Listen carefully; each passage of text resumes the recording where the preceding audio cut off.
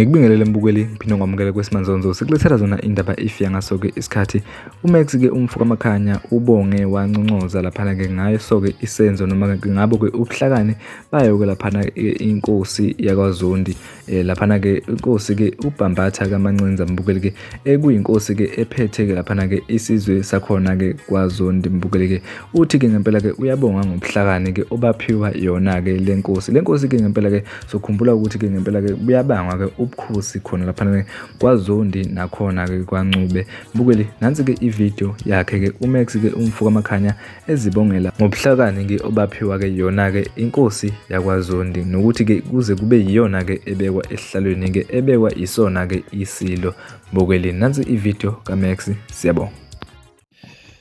South Africa ake sishayene izandla ezinkulu sibonge siphinde sincome nansi inkosi uMelusi Zondi uBhambatha kaMancinza umele ubukhosi bonke njengamanje ulapha ya kwi-G20 summit laphana la kuhlangene khona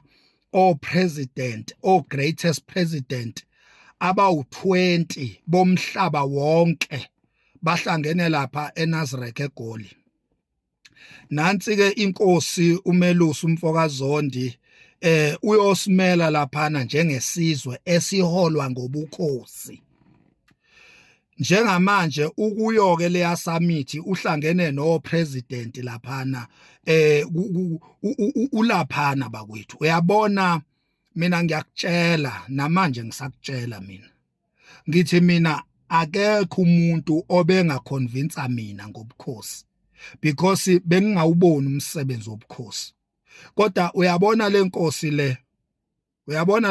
le uMelusi Zondi ekhonjwe isilo sathi nali ihlo lami. Inkosi le inkosi le.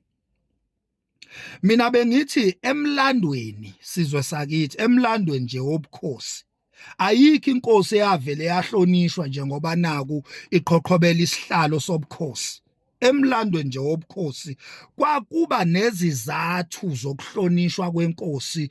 Inkosi futhi yayingaveli ibe inkosi nje. Inkosi yayiba nezenzo ezilidela ebukhosini njengoba ubona uMelusi Zondi nje. Inkosi yayiba nezenzo kube nabantu abababaza noma ababonga izenzo zenkosi. Ukuze inkosi ibe inkosi ebantwini kwakumele kube nabantu abarecognize ubukhosi benkosi. Hayi inkosi ngokwesihlalo nje kuphela kodwa izenzo ezibabazekayo ebantwini zingabi khona. Uyabona namanje ngisabamba ongezansi mina ukuthi la kuhlangene khona omengameli bayikhondla zamazwe. Nansi inkosi iphakathi lapho representa ubukhosi bonke kanye nezizwe zonke eziholwa ubukhosi. Cha bakwethu seningakusho nje enikuthandayo nithi ngifaka imali emasendeni nisho this and that vele bakwethu angeke mina ngithule uma ngiyibona into enhle ngoba niyangazi nani uma ngabe ngibona into embi. Niyangazi ukuthi angithuli mina mangibona amasemba. Manje ni expect ukuthi mangincoma izinto ezinhle ebese nizongitshela ukuthi ngizincoma ngoba ngifaka imali emasendeni niyangidakelwa. Ngeke mina ngithi ngibona into enhle bese ngiyathula ngilindele okubi kuphela ukuthi ngamsukane kuvela okubi ngiyobe sengigiya ngalelo thambo uTikTok wonke kutrende mina ngithuka into embi kodwa ngibe ngingayincomi enhle. Uyabona inkosi uMancinza uZondi uMelusi Zondi mina ngiyakutshela ngimncoma ngenkani. Ngimncoma ngenkani lo baba lo. Kwenzeni-ke nikwenzayo zisha uMelusi Zondi ngiyamncoma inkosi le.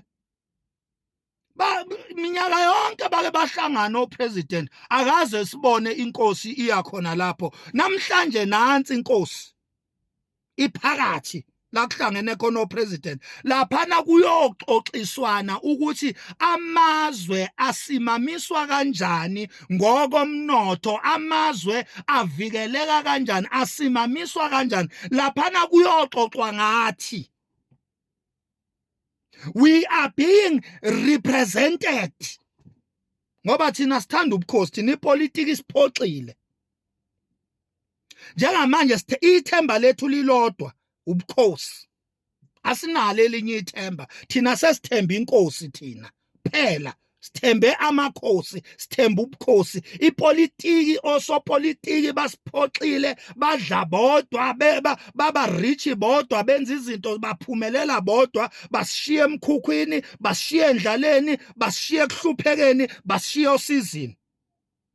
Manje nali ihlo lesilo, nansi inkosi ephakanyisiwe.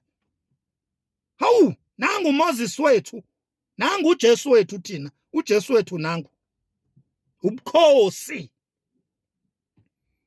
Siyabonga ke Mancinza kaBhambatha, siyabonga Melusi Mfokazondi, siyabonga Nkosi yethu. You are truly our king. Sikusho lokhu esidlangalaleni sithi impela inkosi uMancinza Zondi uyinkosi kithi. Kusho thina singomakhanya. Siyabonga ke bakwethu ukhona ke lapha na kwi G20 kwi summit kazwelonke naye ukhona inkosi yethu sithi nje bayede ndabezitha.